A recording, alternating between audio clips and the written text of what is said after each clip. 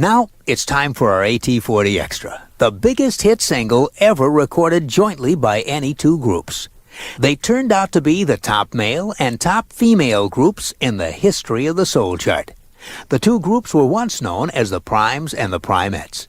The Primes were a five-man vocal group signed by Motown in the early 60s. Then, a year later, a female trio fresh out of high school joined the Motown family, and President Berry Gordy Jr. decided to make them a sister act to the Primes. So he called them the Primettes. Well, it wasn't long before both groups began to churn out the many number ones that would make them supergroups.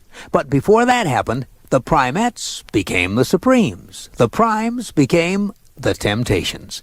And throughout the 60s, both groups consistently hit number one on both the pop and the soul charts. They became the top male and female soul groups. The Temps were the top soul group overall, and the Supremes became the top American pop group overall. Well, in 1968, Berry Gordy wanted to see what would happen if he joined the Supremes and the Temptations together for a joint single. And that song became the biggest group duet in the history of the charts. And here it is as an AT40 Extra. From 1968 and early 69, the Supremes and the Temps with a song they took to number 2. Here's I'm Gonna Make You Love Me.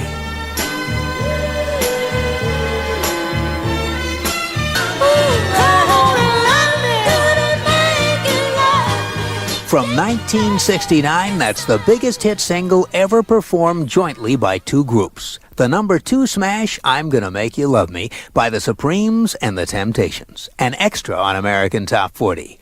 I'm Casey Kasem. The hits from coast to coast.